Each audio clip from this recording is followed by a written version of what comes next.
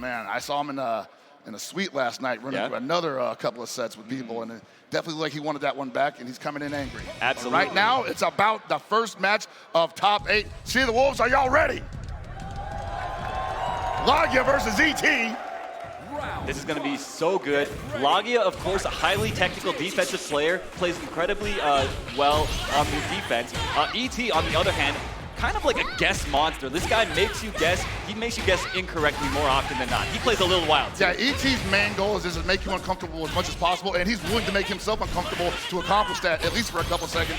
But it's hard to do that, like you said, against LAGGIA, who is just so used to playing, you know, from a position of strength, from a defensive position, and you got to also understand these guys probably play each other all the time in multiple other games. Yeah, absolutely. I mean, both guys coming from a KOF 14, KOF 15 background, so must have a lot of experience with each other, with each other's styles.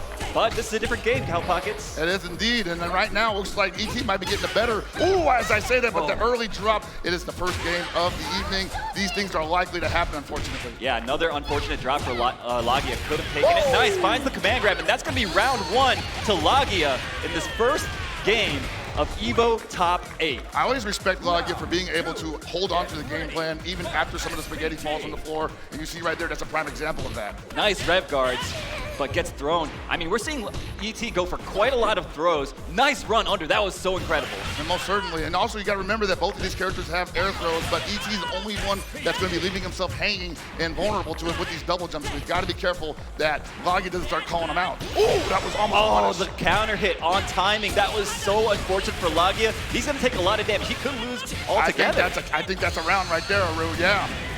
And I want to believe that he wanted the air button there, and it ended up getting it on the ground, and ET hit the rev blow, and it was a counter hit because of that. That's right, that's right. All right, so LAGGIA now has to make this. Okay, finds an empty jump low. Okay, doesn't get that much damage, and gets hit with the reversal wake up super. That's right, that's Hope Tomorrow's only real reversal in that scenario, so you got to be careful whenever he has meter. Wow, just swinging at him. Yeah, like I said, this man is kind of a wild boy. He loves to press buttons. Most certainly, and he's got one of the best characters in the game to do it. Great buttons on the ground and supreme air mobility. From both these guys, using a lot of, the air JDs, those aren't free, man. They are not at all, but you need to do that if you want to make the top 8 and advancing. Made it whiff. Wow. Okay, finds another opening. I can't believe it, Aru.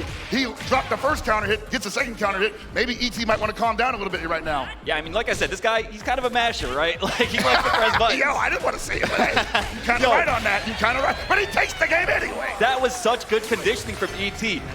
Most of the times that he got the jump in blocked, he would either go for the throw or go for a rehop. On the very last interaction, he goes for the low, catching LAGGIA, trying to move away, trying to jump, whatever the case may be. That is world-class level conditioning coming out. Can't agree more. And that was a close one. It was a squeaker. One small adjustment could shift it in the other direction in the second game. And that's what I think LAGGIA is thinking about right now. Where did it all go wrong? I mean, because I had him dead to rights in the corner, and then all of a sudden I'm getting killed mid-screen. Happened so quickly, I don't think I've had a chance to analyze it. And now ET playing on those insecurities with the opening round Zanekin. The story of this matchup really is playing around Hokutomaru's incredible air mobility. Unique, one of a kind for this game. He gets the double jump, he gets the air feint, and stall his air momentum. Oh my goodness. Okay, big drop. And a huge jump over the throw. This is gonna be what LAGGIA needs to potentially get this round back. Yeah, I don't want him to be too frugal here. Wow, the down C finds the mark. He's got to spend some resources here. Oh, nice cross under. Wow, yo, this guy's going left, right, center, like everywhere, every which way. And just like that, he takes this round. Two identical setups, finding pay dirt in the most integral moment of the round. That is what LAGGIA does best. Oh, that could have been a punish, I believe. He could have got an advantage from it. Yeah, and you see ET utilizing that Hokutomaru. Oh my goodness, that was a beautiful guard cancel. That is not easy to do, folks. No, not at all. That's gonna hurt! Wild punish! First one of the evening. And yeah, ET in a lot of trouble here. So much damage on the board. You're going to get a hard knockdown in the corner, and you've got to be careful of the rev command grab. Looking for it. CDP, big punish, counter hit, link into it. Didn't go for rev on spinning, unfortunately. Breaks it. You got caught again, mister. LAGGIA is putting out hitboxes at just the right exact frame. His timings are immaculate at the moment. He's kind of he's figured out when ET likes to press the offense, when he tries to take back his turn. and LAGGIA is just setting traps for him all day. That DP feint, or that DP break rather, just catching him on the offense.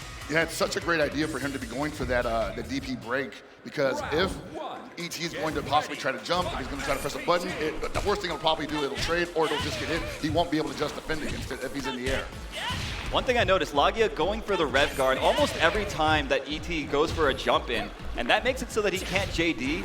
And oh my goodness, hold up, wait a minute, that was an incredible DP. Absolutely psychic with that DP right there. That command grab has been represented. We are seeing this man strike throw ET when it's normally the other way around. Nice wake up DP. All right, remember this is 1-1. The winner of this will be moving on to the winner's side. The loser of this goes down into the Shark Tank. Ducks the EX Shuriken. Nice rev guard. I mean, LAGGIA hasn't got much life to play with, but he finds a big hit. This is not going to be enough, but it's going to do so much damage. He gets the hard knockdown because rev arts do hard knockdown either way, but unfortunately didn't get enough damage to really deter ET from just mashing that low B standing. Yeah, LAGGIA made another bet on timing, doing the DP break there, but ET blocked it and used those plus frames to sneak in some lows to take that last round. Gotta believe that's not how LAGGIA wanted that round to end. Not just losing it, but just losing it like that necessarily. Absolutely, yeah. I mean, he's making some big reads, and ET seems to have adjusted. You see that big low B for the kid. It reaches so far, it's actually deceptive. ET has only had one throw attempt punished, by the way. I mean, in this game, so much of your damage comes from reading this throw and jumping over it. So far, LAGGIA has not found much success. And I gotta believe it's because LAGGIA is so committed to the rev guard here, and it makes it harder to take the button. That's a big punish, but he drops and didn't believe in the link, and now he's in so much trouble. He had to guard cancel that. He's gonna have to do that possibly 4 more times because there's absolutely no reason for ET not to just do lame, safe pressure here. LAGGIA, though, I gotta say, his defense has been incredible the last 20 seconds or so. He's gonna need it. Oh, and the empty low, that was incredible. That is such a huge gamble on ET, and that's what he's so used to playing. That is so the play. That is so an ET play. It is, it is. He recognized LAGGIA was on the back foot. He was trying to defend, look for his opportunities in a very patient manner, and he really just preyed on that kind of like that slowness. He was like, listen, I'm gonna subvert your expectations. I'm gonna look like I'm gonna go high, and then I'm just gonna go low. Yeah, and I imagine for LAGGIA, that's probably one of the more annoying player matchups that he has to deal with on the regular. Sure, yeah. I mean, I'm sure both these guys, of course, have seen each other over the years. ET, yeah, give it up for ET. Yeah, most certainly. These guys are always playing each other. Give it up for ET, give it up for LAGGIA as well. We're definitely not done with either one of them. And I can't wait to see what they do next, because this is definitely just a fact-finding mission right now. Gathering data, as it were. Yeah, you know, obviously they were both in winner's side, so LAGGIA does have another chance to rally in the loser side, but it's not going to be easy. I mean, these guys, you take a look at the bracket. Look at all these names that are in the loser side of the bracket. I would not want to face any of them. You got Shin, you got Punko, who is absolutely on a tear all weekend. You got Kubo and Finrich, who has been just showing up to tournaments to stomp on people's guts because he's already qualified for like everything right now. Yep, yeah, he's just coming to get that experience, play the best of the best in tournament settings, and get that trophy, really well. Get that trophy, obviously. Of course, the EVO trophy, highly coveted, the highest honor in our community, right? So. Oh, certainly, man. Like, it is definitely a war of attrition, though, because I've had a couple of conversations with a couple of the people who didn't quite make top 8 but were close, and they've been telling me that this year has been unlike any other because of this game and because how little time they had to get as good as they did, but they still managed to do it. But still, you got to gas somewhere, you know? You're all human, and these guys just happen to be better this weekend. That's right, yeah. I mean, it's really, it comes down to the smallest of things, your condition during the weekend, on even just a given particular day, your tournament path. All these different factors can influence, who we're seeing in this top 8. Speaking of, we're going to take a look at the victory path here, presented by White Claw Zero Proof of Goichi, voted by y'all as the tournament favorite, 51% of you, beating Kubo most recently, who's also made his way into this top 8. Shen. And we got to give shout-outs to Barbar for proving the man wrong, because apparently Barbar caught him at least 6 times with overheads. Something like that. It was pretty nice. It was a fun, entertaining set. If you guys missed it, make sure to go back and watch it. But don't do that just yet, because we have got some more top 8 matches for you coming up very soon. I think we're still just getting the players together, right? All that stuff. You guys know how it goes. We know how it goes, man. It's top 8. It's all pomp and circumstance. And while we want blood, we have to be patient. Patience is the name of the game, especially in this game. I mean, let's just talk about the game rewards defense in a way that I think a lot of other games currently out don't necessarily do as much. So I think it's been really a breath of fresh air, for me at least. For a lot of people, I think that would agree with you.